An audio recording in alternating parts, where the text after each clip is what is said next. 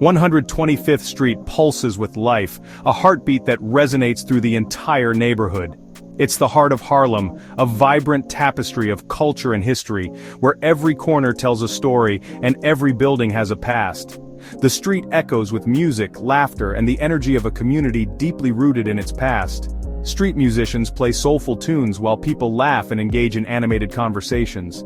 From the Apollo Theater, a beacon of African-American culture, to the Schomburg Center, a repository of Black history, 125th Street has witnessed generations of dreams, struggles, and triumphs. It's a place where the past and present collide, creating a unique energy that draws people in. The old and new buildings stand side by side, each with its own story to tell. The aroma of soul food wafts from local restaurants, mingling with the sweet scent of incense from street vendors.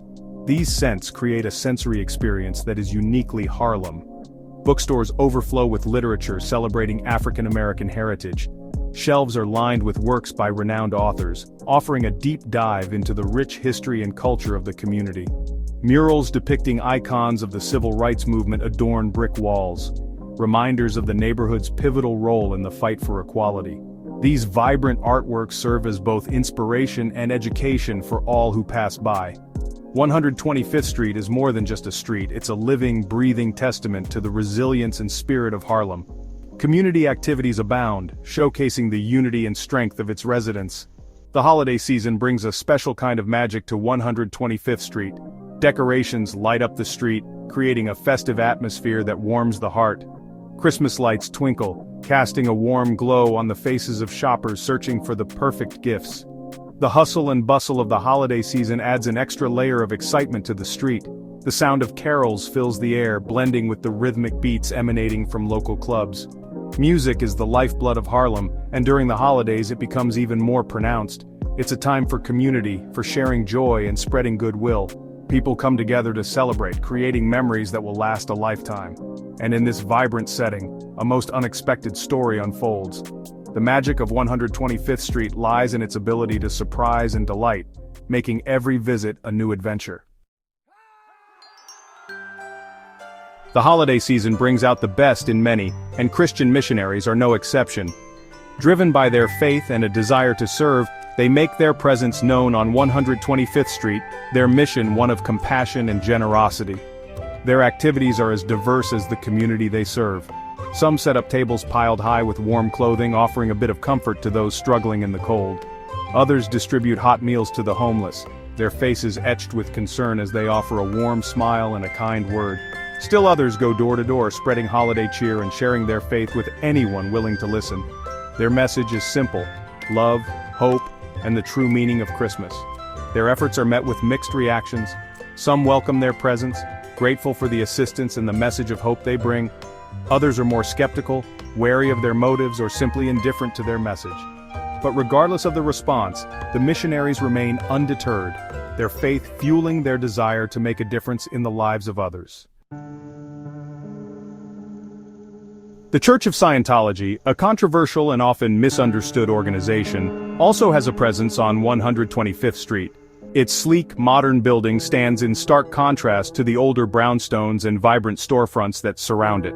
Its presence on this historic street is a testament to the organization's desire to be seen as part of the community, but its message often seems at odds with the cultural fabric of Harlem. Scientology's teachings, shrouded in secrecy and often criticized as being cult-like, haven't always resonated with the residents of Harlem. Some view the organization with suspicion, their skepticism fueled by media reports of controversial practices and beliefs. Others are simply indifferent, their lives untouched by the organization's presence. Yet the Church of Scientology persists, its members eager to share their beliefs and demonstrate their commitment to the community.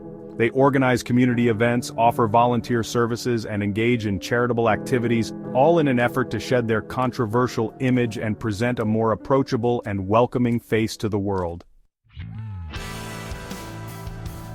As the holiday season reaches its peak, an unexpected scenario unfolds on 125th Street. The air is filled with the scent of roasted chestnuts and the sound of carolers singing, creating a festive atmosphere that envelops the entire neighborhood. The Christian missionaries, deeply committed to their mission of spreading holiday cheer and helping those in need, find themselves unexpectedly collaborating with the Church of Scientology. This partnership is as surprising as it is heartwarming, bringing together two groups that many would never have imagined working side by side. It's a partnership born not out of shared faith, but out of a shared desire to make a difference in the community. The collaboration begins organically, with small gestures of goodwill that gradually build into a larger, more coordinated effort. Perhaps the missionaries need more space for their annual toy drive, and the Church of Scientology offers its spacious community center. The center, usually reserved for their own activities, becomes a bustling hub of holiday generosity. Or maybe the Scientology volunteers, eager to demonstrate their commitment to the neighborhood, offer their assistance with the missionaries' food bank, their efforts welcomed with open arms. The food bank, which serves hundreds of families, benefits greatly from the additional hands and resources. Whatever the catalyst, the two groups find themselves working side by side, their differences momentarily forgotten in the spirit of shared purpose. The sight of diverse volunteers working together is a powerful testament to what can be achieved when people unite for a common cause. This unexpected collaboration takes many by surprise. Community members, initially skeptical, watch in awe as the two groups seamlessly blend their efforts, creating a more significant impact than either could have achieved alone. Long-held prejudices and preconceived notions begin to crumble as members of both groups interact with each other on a human level.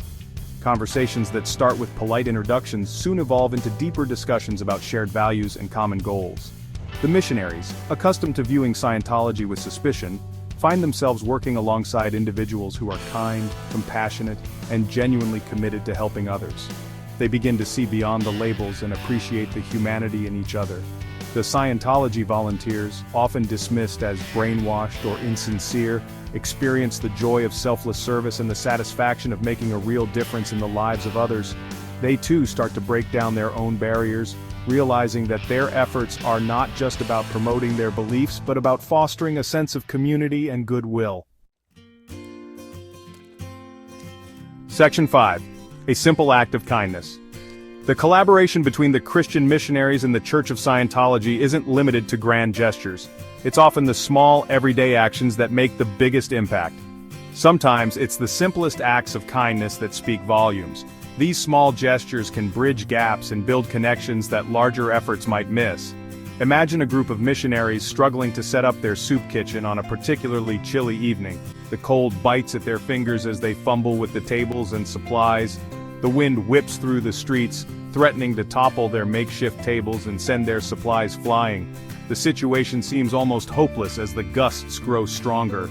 Just when their spirits start to flag, a group of Scientology volunteers approaches, their faces etched with concern. They see the struggle and immediately understand the need for help. Without a word, they spring into action, lending their muscle to secure the tables, their laughter warming the frigid air. The shared effort brings a sense of camaraderie and lightens the mood. It's a small gesture, but one that speaks volumes about the power of human connection, and the importance of looking beyond our differences to find common ground. In that moment, the barriers between them seem to dissolve. The residents of Harlem, accustomed to seeing these two groups as separate and distinct, take notice. They watch with curiosity and a hint of surprise as the two groups work together seamlessly. Word spreads quickly about the unexpected collaboration, sparking conversations and challenging long-held beliefs. People begin to talk about the possibility of more such partnerships in the future. Some remain skeptical, questioning the motives of both groups. They wonder if this is just a one-time event, or if it signifies a deeper change. Others are cautiously optimistic, hopeful that this unexpected partnership might signal a shift towards greater understanding and cooperation. They see it as a beacon of hope in a divided world, a small step towards unity. The media, often seen as the gatekeeper of information, shapes our understanding of the world. But how accurate is their portrayal? Are we seeing the truth, or just a version of it? Perception is a powerful thing. It can shape our reality, influence our decisions, and even alter our beliefs. But what happens when perception diverges from reality? Can we trust what we see and hear? Storytelling is an ancient art, a way to pass down knowledge, culture, and values. It has the power to inspire, to educate, and to connect us. But it also has the power to deceive. Whose story are we listening to, and why? Could it be a miracle? On 125th Street, something extraordinary happened. Was it a stroke of luck, divine intervention, or just a series of fortunate events? Sometimes the line between the miraculous and the mundane is thinner than we think.